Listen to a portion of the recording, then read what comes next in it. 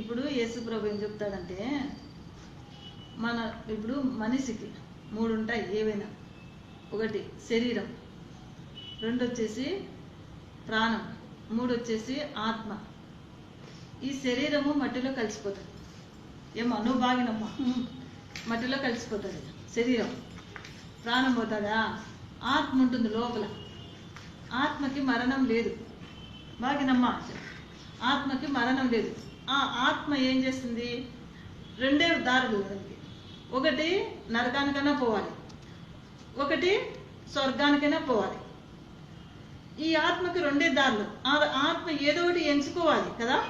So అలాంటప్పుడు యేసు ప్రభుని తెలుసుకున్నప్పుడు, నువ్వు యేసు ప్రభుని అంగీకరించుకున్నప్పుడు నీ ఆత్మ యేసు ప్రభులోకి వెళ్ళిపోతుంది.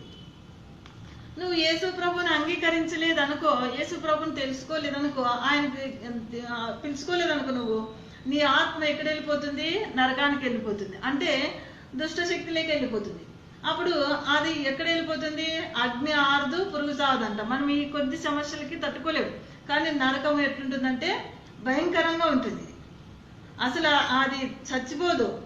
అంటే ఇప్పుడు ఏమంటారు చూడు, అగ్ని ఆరదు, పురుగు సావదంటే, అగ్ని అంటే మంటలు అవి ఆరపోవు, పురుగు అంటే మనమే మనుషులే, చచ్చిపోరు. ఆ ఆత్మ కాలడానికి చాలా భయంకరం. కరెక్టా కదా? ఏదైనా కొద్దిగా తగిలితే అదేమ్మా కదా. చూడు, నిజంగా అమ్మ బాగా తెలుసుకోండి. ఇది కులం. యేసు ప్రభు అమ్మ రెడ్డిస్ కావచ్చు, కమ్మాస్ కావచ్చు, వాళ్ళ ధనవంతులు కావచ్చు, ఎవరైనా కావచ్చు అమ్మా, యేసు ప్రభు ప్రజలందరి కోసం వచ్చింది. అతి పరిశుద్ధమైన దేవుడు, ఆయనలో పాపం లేదు కదా. ఆయన అంగీకరిస్తే ప్రతి ఒక్కరికి పరలోకం ఉంటుంది. చూడండి, కాబట్టి ఆయన అంగీకరించుకోవడం వల్ల ఇవన్నీ, అందుకే అందరూ కులము మతం అని చెప్పేసి వాళ్ళంతకు వాళ్ళు దూరం అయిపోయి ఈ లోకంలో ఏది లేదు. చనిపోయిన తర్వాత మన ఆత్మ నరకం దగ్గరికి, పరలోకం దగ్గరికి వెళ్ళినప్పుడు నువ్వు రెడ్డిసా, కమ్మాసా, ఆ కులమా, ఈ కులమని ఎవరు అడగరడా. ఒకటే దారి ఉంటుంది. కాబట్టి మన ఆత్మ యేసు ప్రభువులోకి చేరాలి అంటే చనిపోయినారు. ఇప్పుడు చనిపోయిన తర్వాత వాళ్ళు ప్రభుని అంగీకరించినప్పుడు వెళ్ళిపోతుంది అది.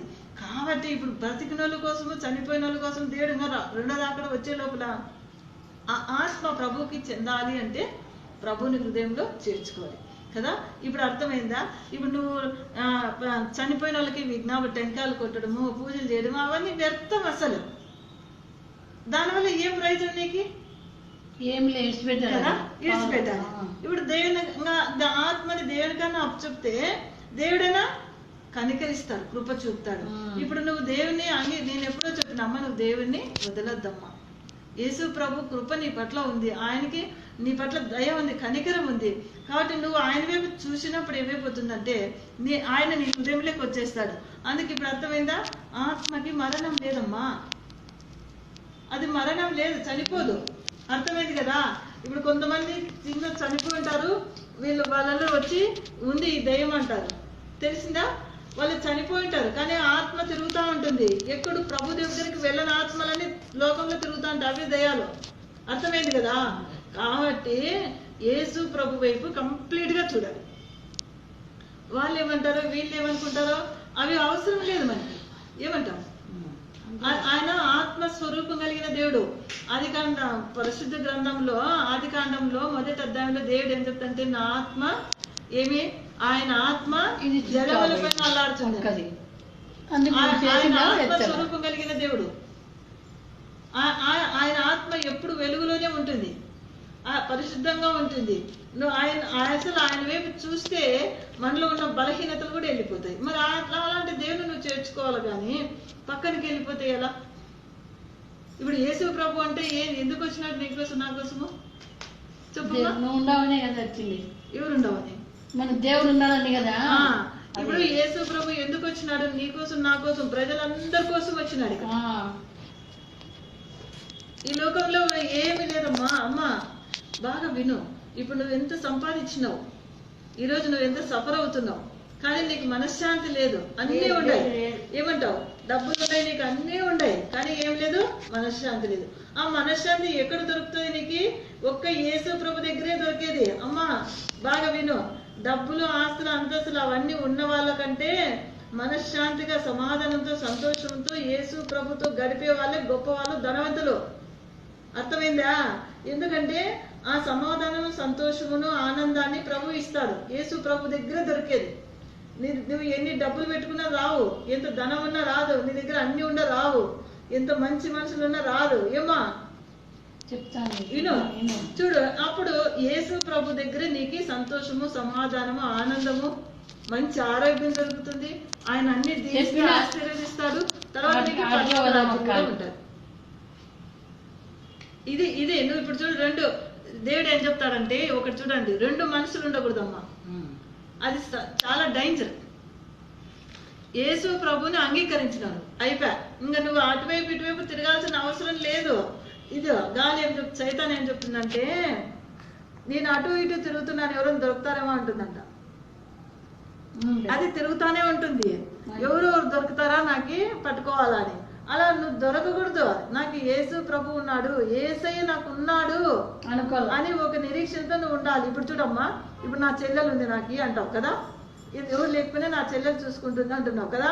అలాగే ఎవరితో అవసరం లేదు, నాకు యేసు ప్రభు ఉన్నాడు, యేసు ప్రభు ఉంటే నాకు అందరూ ఉన్నట్టే, నాకు అన్ని ఉన్నట్టే అని నువ్వు ఎప్పుడైతే అనుకుంటావో, అమ్మా అనుకుంటున్నట్టుగానే నీకు సమాధానం దొరుకుతుంది, సంతోషం దొరుకుతుంది, మంచి ఆరోగ్యం ఇస్తాడు. ఇంకా నువ్వు అనేకలకి సహాయకరంగా ఉంటావు. ఇప్పుడు నువ్వు ఒక మందిరానికి సహాయం చేస్తున్నావు, అనేక రకాలకి దేవునికి హెల్ప్ చేస్తున్నావు, అన్ని విషయాలు అందరినీ ప్రేమిస్తావు, మంచి మనసు నీకుంది. ఇప్పుడు దేవుని అంగీకరించుకోవడానికి అన్ని చేస్తున్నావు, కానీ దేవుణ్ణి పిలుచుకోవట్లేదు. కానీ యేసు ప్రభు ఏమంటాడు, అమ్మా ఇగో బాగా విను, నువ్వు డబ్బులు ఇచ్చినా ఆయనకి ఇష్టం ఉండదు, నువ్వు ధనం ఇచ్చినా ఆయనకి ఇష్టం ఉండదు, నువ్వు అన్ని చేస్తున్నా ఆయనకి ఇష్టం ఉండదు. కానీ ఆయన అడిగినది ఏం తెలుసా, నీ హృదయం నాకు ఇచ్చినప్పుడు, నీ హృదయంలో నాకు స్థానం ఇచ్చినప్పుడు, నువ్వు నా కుమార్తెవి, నా బిడ్డవి, నా రాజ్యంలో నేను జ్ఞాపకం చేసుకుంటాను, అది నాకు మొట్టమొదటిగా కావాలి, ఫస్ట్ నీ హృదయం నాకు కావాలి అంటున్నాడు యేసు ప్రభు. నీ మన హృదయం ప్రభుకి ఇచ్చిన తర్వాత నువ్వు ఏది చేసినా ఆయన అంగీకరిస్తాడు. ఆది కాండంలో 2 కొడుకులు ఉంటారమ్మా ఆదాముకి, కయ్యేను హేబేలు ఇద్దరు ఒక తల్లి కుమారులే. కానీ కయ్యను వాళ్ళకి అతను సేద్యం చేస్తాడు, ఇతను హేబేలు గొర్రెలు కాపురు కాసుకుంటాడు. చూడండి, అక్కడ కయ్యను తీసుకొని పోతాడు దేవుని దగ్గరికి, అంటే దాన్ని పండిన పంటల అర్పణ తీసుకెళ్తాడు. కానీ ఇష్టపూర్వకంగా తీసుకెళ్ళడు, ఏదో ఇస్తున్నామని తీసుకెళ్తాడు. కానీ హేబేలు మనస్సు పూర్తిగా నా దేవునికి సమర్పించుకోవాలని తీసుకుని నిలుస్తాడు. హేబేలు తీసుకెళ్లిన ఆ బలార్పణని దేవుడు సంపూర్ణంగా అంగీకరిస్తాడు. ఆయన తీసుకెళ్ళింది అంగీకరించడు. కాబట్టి యేసు ప్రభుకి నా హృదయాన్ని నేను కంప్లీట్గా అప్పగించుకోవాలి. ఆయనే నాకు సర్వము, ఆయనే నాకుంటే చాలు, ఫస్ట్ ఆయన నాకు ఉండాలి, ఆయన ద్వారానే రెండోది సెకండ్ ఏదైనా అని నువ్వు ఎప్పుడైతే హేబేలు అర్పించిన ఆ అర్పణలాగా నువ్వు నీ హృదయాన్ని ప్రభువుకి అంగీకరించినప్పుడు, సమర్పించుకున్నప్పుడు నువ్వు ఆనందంగా ఉంటావు, సంతోషంగా ఉంటావు. అమ్మ నీకు వ్యతిరేకంగా ఉండేది కూడా నీకు అనుకూలంగా మారుస్తాడు దేవుడు. నిన్ను వద్దనుకుని వెళ్ళినాలో నీకు నీ దగ్గరికి వచ్చేటట్టుగా చేస్తాడు ఆయన. అమ్మ దేవుడు చాలా గొప్ప దేవుడు, ఎంత మంచి దేవుడు అంటే అంత మంచి దేవుడు. ఆయన మాటలు వింటుంటే నీకు దీవెనకరంగా ఉంటుంది, ఆశీర్వాదకరంగా ఉంటుంది, మహిమకరంగా ఉంటుంది. ఇప్పుడు నీ హృదయం నువ్వు అన్ని చేస్తున్నావు, కానీ నీ హృదయం మాత్రం చాలా దూరంగా పెట్టుకున్నావు కదా, కరెక్ట్ కదా? మరి హృదయం దూరంగా ఉంటే నువ్వు ప్రభువును నువ్వు ఇప్పుడు ఆరో చెప్పిన నువ్వు వెళ్ళమ్మా, ఈరోజు ఈ స్థితికి రావడానికి కారణము నువ్వే చేసుకున్నావు, కరెక్టే కదా? కాబట్టి ఇప్పుడైనా నీ హృదయం ఇస్తావా లేవా? ఇప్పుడు నువ్వు నీ హృదయాన్ని ప్రభువుకి ఇచ్చేసుకుంటే నువ్వు ఉన్న కొన్ని రోజులు చాలా జీవిస్తావు, అనేకరికి ఆశీర్వాదకరంగా ఉంటావు, దీవెనకరంగా ఉంటావు, ప్రభువుకి నువ్వు సహాయకరంగా ఉంటావు. అమ్మ నీకు యేసు ప్రభుని హృదయంలో చేర్చుకో తల్లి, పరలోకం ఆ ప్రేమ చూడు తల్లి. యేసయ్య ప్రేమ ఎంత ప్రేమ అంటే అసలు ఆ ప్రేమ ఎక్కడ దొరకదు. నిజంగా బాధేస్తుంది నాకు. ఎందుకు బాధేస్తుంది అంటే అలాంటి ప్రేమని పొందలేకపోతున్నానని బాధ. ఈ బాధ ఉండదు, ఈ దుఃఖం ఉండదు, ఈ వేద ఉండదు. తల్లి ఆయన అంగీకరిస్తే నువ్వు ఫలిస్తావు. అసలు ఆ ప్రేమనే వేరే, ఆ సంతోషమే వేరే, ఆ సమాధానమే వేరే. అసలు ఉప్పొంగుతూ వస్తుందమ్మా హృదయంలో నుంచి. ఎంత సంతోషంగా ఉండగలుగుతాం. హృదయం ఇవ్వడం అంతే. ఆయనకి యేసయ్య నాలో ఉండు తండ్రి, నువ్వు నన్ను జ్ఞాపకం చేసుకుంటే అంటే చాలు. ఆయన మాటలు ఆయన ధ్యానిస్తూ ఉంటే చాలు, నీకు ఏం కావాలో ఆయన చూసుకుంటాడు. నువ్వు నా బిడ్డ నాకు అన్ని చేస్తాను కానీ నా హృదయం వీలేదని యేసు ప్రభు బాధపడ్డా ఏమ్మా? బాధపడతాడు కదా. మరి బాధపడకూడదు అంటే నీ హృదయం నువ్వు ఇవ్వాలి. ఇచ్చినప్పుడు నువ్వు ఇచ్చిన అన్ని ఆయన యాక్సెప్ట్ చేస్తాడు. అంటే నువ్వు ఇచ్చిన అర్పణలు అన్ని కూడా ఆయన అంగీకరిస్తాడు. నువ్వు పరలోకంలో చాలా దీవించబడతావు. అమ్మాయి ఒకసారి విను, ఇక్కడ చూడు. మనకి ఎంత డబ్బులు ఉన్నాయి, ఎన్ని ఆస్తులు ఉన్నాయి, ఎన్ని ఉన్నాయి, ఏమన్నా ఒక రోజు ఏమి రావు. మన ఆత్మ అమ్మ పరలోకము నేను చూసా. నాకు దేవుడు ఎక్కడికి పోయినా అది పెట్టేసినాడు. ఎందుకు చెప్తున్నానంటే ఆ రాజ్యం గురించి నువ్వు ఆలోచించినప్పుడు ఈ లోకంలో నువ్వు సంతోషంగా సమాధానంగా ఉండి నిత్య రాజ్యంలో నువ్వు ఉండగలుగుతావు. ఏమంటావు? అందుకే ఇప్పుడు చూడు, నువ్వు దేవుని వైపు చూసినప్పుడు వీళ్ళందరూ కూడా దేవుని వైపు చూస్తారు. అర్థమైందా? ఇప్పటి నుంచి నువ్వు ఒక్కటే తీర్మానము, రెండోది నాకు వద్దు, అవసరం లేదు, యేసు ప్రభు ఉంటే నాకు చాలు, ఆయన వల్ల నేను అన్ని పొందుకుంటాను, సంతోషంగా సమాధానంగా ఉంటాను.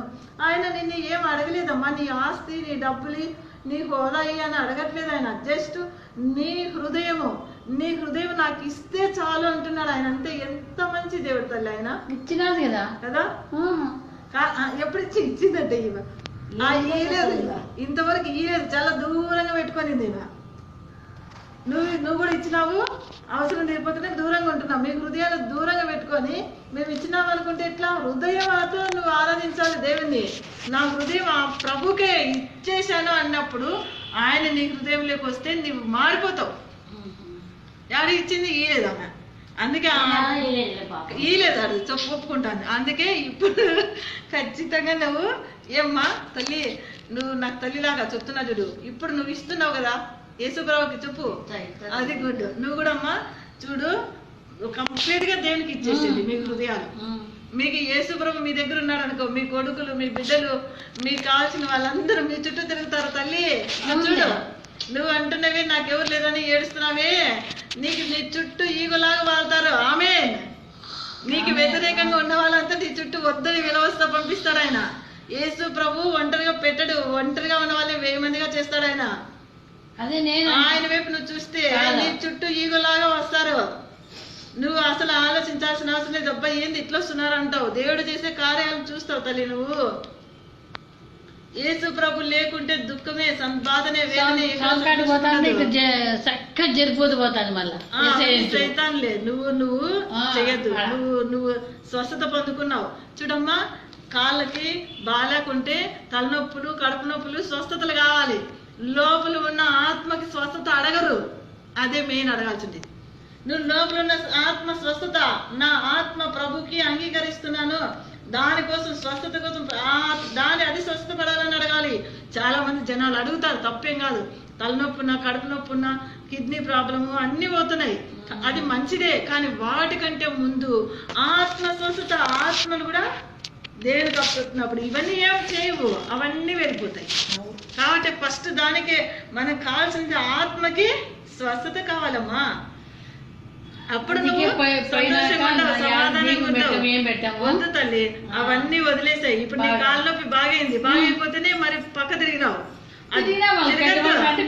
తిరగకూడదు అట్లా. ఎట్లదే అప్పుడు బాగాలేనప్పుడు స్వస్థత చేసినాడు ప్రభు, యేసు ప్రభు. చేసిన తర్వాత ఆయన నమ్మకంగా ఉండాలా, వద్దు వినద్దు, నమ్మకంగా ఉండాలి, ప్రభుకి నమ్మకంగా ఉండాలి. చూడు, అవసరం కోసం ప్రభు దగ్గరికి వచ్చి స్వస్థత పొంది మరి తర్వాత నువ్వు పక్కకి వెళ్ళిపోతే కొడతాడు ఒకసారి, మరి పూర్తి కొడతాడు. ఏమ్మా ఆ రోజు చెప్పినా నీకు ఏం చెప్పినా, నువ్వు ప్రభుకు దూరం అయితే చాలా నష్టం అవుతుందమ్మా అన్న. ఏమైంది పొద్దు? కాబట్టి దేవుడి వైపు చూడాలి. నేను యేసు ప్రభు నా హృదయంలో చేర్చుకున్నా అమ్మ తల్లి, యేసయ్య ఉంటే నాకు చాలు అనుకోవాలి. అనుకున్నప్పుడు మీరు ధన్యులు.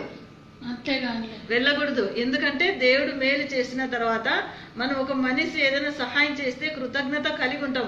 అయ్యో నాకు ఈ మనిషి సహాయం చేసినాడు, ఈ మనిషి నాకు ఎంతో మేలు చేసినాడు అని వాళ్ళకి కృతజ్ఞత కలిగి ఉంటాం. మనము దేవాది దేవుడు, సృష్టికర్త అనే దేవుడు మనకు అనేక రకాల స్వస్థతలు చేసి మంచి ఆరోగ్యం పెట్టి ఈ రోజు అనేక మంది చనిపోతున్నారు. ఈ క్షణం బ్రతికున్నామంటేనే అది దేవుని కృప, కేవలం దేవుని కృప. ఈరోజు బ్రతికుంటున్నావంటేనే ఆయనకి కృతజ్ఞత చెల్లించాలి. మనం అది చెల్లించకుండా నువ్వు ఏడుస్తూ కూర్చుంటే దేవుడు ఎంత బాధపడతాడు? ఈరోజు అన్ని ఉండి కూడా ఈ క్షణము ఎంతో మంది చూడు లోకంలో ఎంత తొందరగా పడిందో చూడు. లేరు. అర్థమైందా? కాబట్టి మన ఈ ఉదయం లేస్తేనే ఫస్ట్ మనకు సజీవులలో బ్రతికి ఉన్నామంటేనే దేవునికి కృతజ్ఞతాస్తుతి చెల్లించాలి.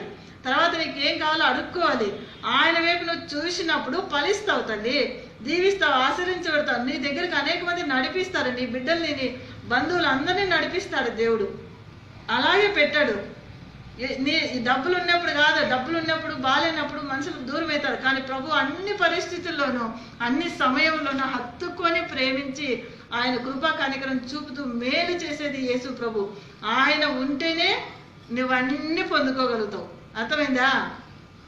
ఆయన లేకుండా ఏం చేయలేవు. నీ డబ్బు పనికిరాదు, నీ హోదా పనికిరాదు, నీ పేరు పనికిరాదు, నీ కులం అసలే పనికిరాదు, పనికిరావు ఇవన్నీ. కానీ యేసు ప్రభు ఉంటే అవన్నీ నీకు పనికి వచ్చేటట్లు చేస్తాడు. అర్థమైందా? కాబట్టి మీ హృదయాలు ఇంకా దూరం పెట్టుకోవద్దండి. హృదయాలు కంప్లీట్గా యేసు ప్రభుకి అప్పచెప్పినప్పుడు ఆయన వాక్యం తల్లి, యేసు ప్రభు గొప్ప దేవుడు, ఆత్మస్వరూపం కలిగిన దేవుడు. మీ ఆత్మని ప్రభుకు అప్పచెప్పేసేది. ఇంకా యేసయ్య నువ్వే మాకి, కూర్చున్నా లేచినా ఏం చేస్తున్నా నువ్వే మాకి అని అనుకున్నప్పుడు, అట్లా అనుకున్నప్పుడు మీరు కార్యాలు చేస్తారు, చాలా బాగా ఉంటారు. అది దీవెనకరం. నేను కానుకలు ఇచ్చినాను, యేసు ప్రభు నాకు చేయలేదంటే కానుకలు కోరలేదు ఆయన. ఇప్పుడు చెప్తా అమ్మా, యేసు ప్రభు నీ ఆస్తి అని అడగలేదు, నీ కానుకలే అని అడగలేదు, నీ డబ్బు అని అడగలే, నీ హోదా పేరు నాకు అని అడగలే, నీ ధనం అడగలేదు, నీ హృదయాన్ని నాకు ఇవ్వ అంటున్నాడు. అర్థమైందా? ఆయన ధనవంతుడు, సృష్టికర్తన దేవుడు. ఈడ కూర్చొని ప్రపంచమే ఆయనది, ఆయన ఆకాశము ఆయన సింహాసనము. అమ్మా తల్లి, ఈ భూమి ఆయన పాదపీఠము, ఆయన కాలు మోపే పీఠమే. ప్రపంచం అంతా ఆయన కాళ్ళ కింద ఉంది. ఆయనకేం తక్కువ? సృష్టికర్తన దేవుడు ఆయన. ఆయనకి నువ్వేంది ఇవ్వాలి? ఆ ధనం కాదు ఫస్ట్ అడుగుతాం కదా, ఆయన హృదయాన్ని అడుగుతున్నాడు. ఆయన కాలు మోపే పీఠం ఇది, పాదపీఠం. ఒక కాలు మోపితే ప్రపంచం అంతా, భూమి అంతటి మీద ఆయన కాలు మోపుతున్నాడు, పాదపీఠం. ఆకాశం ఆయన సింహాసనము, ఆయనంతా ఇది. ఆయన దాంట్లో మనం ఉంటున్నాం. నువ్వు ఇచ్చిన ఈకపోయినా ఫస్ట్ నీ హృదయాన్ని ఇస్తే తర్వాత అవన్నీ దేవుడు చూసుకుంటాడు. అర్థమైందా? నేను కానుకలు ఇచ్చినా, నేను అన్ని చేసినా, నాకు బాగాలేదంటే అవి అంగీకరించలేదు. అవి కాదు, ఫస్ట్ నీ హృదయాన్ని ఫస్ట్ దేవునికి అంగీకరించు. దేవుని ఎందుకు భయభక్తులు కలిగి ఉండాలి. యేసు ప్రభా నువ్వు నాకు ఉండాలనాలా, నువ్వు నాకు సహాయం చేయాలనాలా, నువ్వు నాకు తోడు ఉండాలి ప్రభా అనాలి. అప్పుడు దేవుడికి ఇష్టమవుతుంది. అర్థమైందా? ఫస్ట్ హృదయం, డబ్బు అవి కాదు. అర్థమైందా? ఇప్పుడు నువ్వు ఇచ్చిండేది ఇవ్వని పక్క పెట్టు. అవన్నీ ఏమంటాడు యేసు ప్రభు? కాల్ చేస్తా దిబ్బలో పడే అంటాడు. కానీ నీ హృదయం ఇచ్చినప్పుడు నువ్వు ఫలిస్తావు. ఆయన అడుగుతుండేది హృదయం మాత్రమే. నీ హృదయం నాకు ఇస్తే చాలు, నీలో నాకు స్థానం ఇస్తే చాలు, నేను చూసుకుంటానని చెప్తాడు. అర్థమైంది కదా? వింటారా? ఇప్పటి నుంచి ఇస్తావా? హృదయం లేదా? ఇస్తావు కదా? ఇచ్చినానని చెప్పు. నువ్వు కూడా ఇచ్చినావు కదమ్మా? సరేలే.